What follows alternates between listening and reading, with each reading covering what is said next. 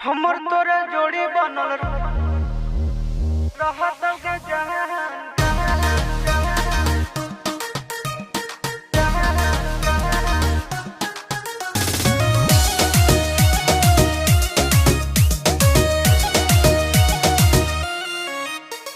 सावन का महीना है, मस्ती में जीना है, 4 चिलम गांजा रोज सुबह शाम पीना है।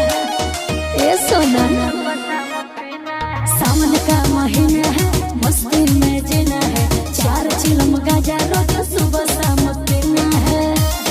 सुनो मैं तो भोला भोला तू सुबह शाम जी। हमर तोरा जोड़ी बनल रहत के जहान अच्छा गजायोरी भांग करे भोला जी के दान साचो हमर तोरा जोड़ी बनल रहत के जहान गजायोरी भांग करे भोला जी के दान जाओ भोले बाबा।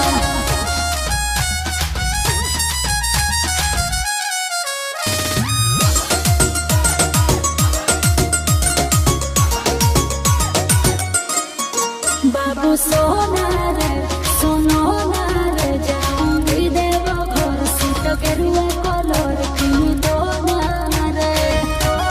ए बाबू सुन ना जन कहले सोला सुमारी गे मम्मी हो बाबा से हमर प्यारी गे पूरा करोगे भोला जी आना।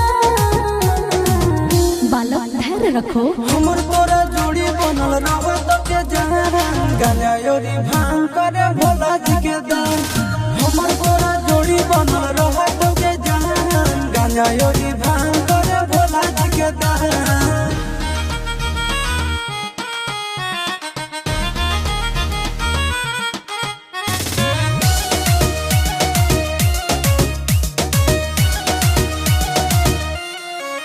ओ दीवाना रे देवघर जाना रे, चूड़ी शंखा बोला जिसमें लिखा भोला लेके आना रे।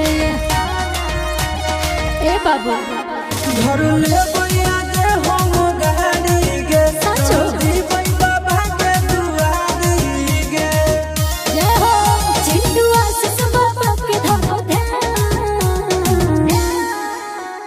हमर तोरा जोड़ी बनल रहत के जहान गजायोरी भांग करे भोला जी के दान हमर तोरा जोड़ी बनल रहत के जहान गजायोरी